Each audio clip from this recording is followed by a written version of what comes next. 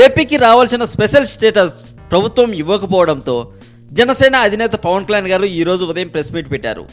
ఆ ప్రెస్ మీట్లో చాలా మాట్లాడారు పవన్ కళ్యాణ్ గారు. అయితే ప్రభుత్వానికి గట్టి వార్నింగ్ ఇచ్చినట్లుగానే మాట్లాడారు. చేతిలో పదవులు ఉన్నాయి, ప్రభుత్వం ఉంది, మా ఇష్టం వచ్చినట్టు చేస్తాము అని ప్రభుత్వం అనుకుంటే మేము కూడా మాకు ఇష్టం వచ్చినట్లుగా చేయాల్సి వస్తుంది. అలాంటి పరిస్థితి రాకుండా చూసుకోండి. ఈ విషయం గుర్తుపెట్టుకోండి.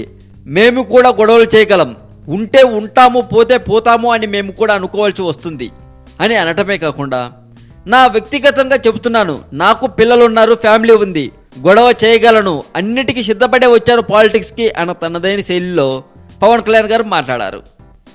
ఏపీకి స్పెషల్ స్టేటస్ కావాలని ఇంతమంది గొంతు చించుకొని అరుస్తున్నా ప్రభుత్వం మాత్రం పట్టించుకోవట్లేదు అని చెప్పొచ్చు.